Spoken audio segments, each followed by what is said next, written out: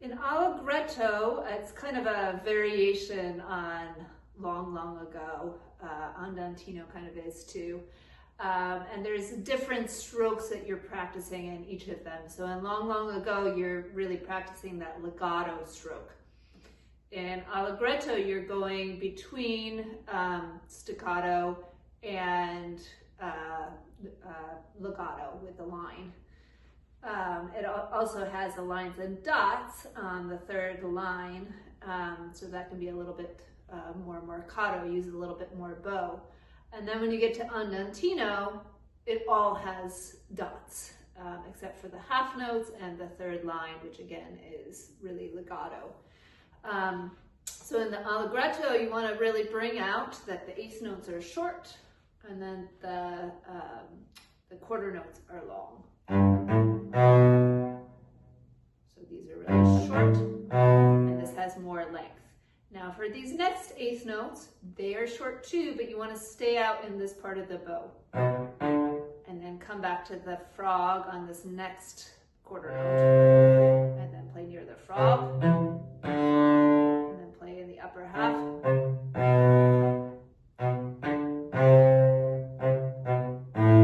So I'm not playing right at the tip, but I'm playing about 3/4 of the way out in the bow. So you really want to be conscious of where in the bow you are, and then the stroke. So short, short, long, short, short, long, short, short, long. And then when you get to that third line with the marcato, you can just use a little bit more length on the eighth note. So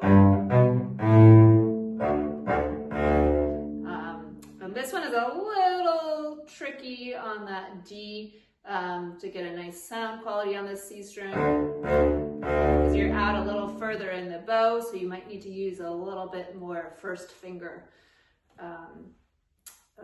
You might want to be angled a little bit more towards the first finger there, and then just make sure you have a nice grip.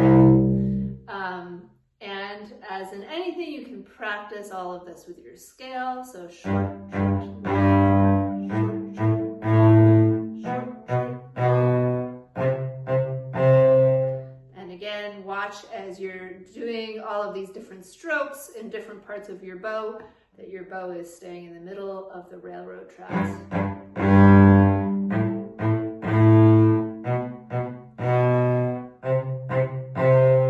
So it's staying really, really straight.